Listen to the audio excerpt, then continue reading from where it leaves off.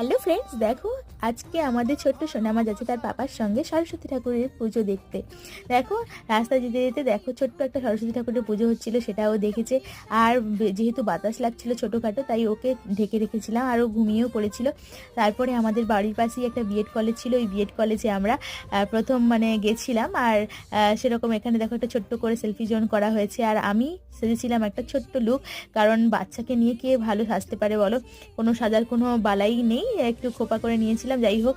আর দেখো সবাই কত সুন্দর সেজে এসছে, আর আমি এরকম সিম্পল একটা সেজে গেছিলাম। আর সাইডে ব্যাগ নিয়েছিলাম, বাচ্চা ছোটোখাটো জিনিস রেখেছিলাম। আর আমাদের বিএড কলেজ, তারপরে এই যেই আমি একটু ভুলে চলে গেছিলাম ওই দিকটায়, কিন্তু পুজোটা এদিকটাই ছিল। আর বাবা মেয়ের কাণ্ড দেখো, এখানে বাবা মেয়েকে নিয়ে ঠাকুর দেখাচ্ছে, কিন্তু মেয়ে তো ঘুমিয়ে পড়েছে, কিছু করার নেই। তারপরে এই যে বিভিন্ন প্রদর্শনীগুলো দেওয়াচ্ছিল, ও মেয়েকে দেখাচ্ছিল, কিন্তু মেয়ে দেখছে না, ঘুমিয়ে গেছে। তারপর দেখো বাবা মায়ের সেলফি। তো আজকের মতো ব্লগ এইটুকুই, টাটা।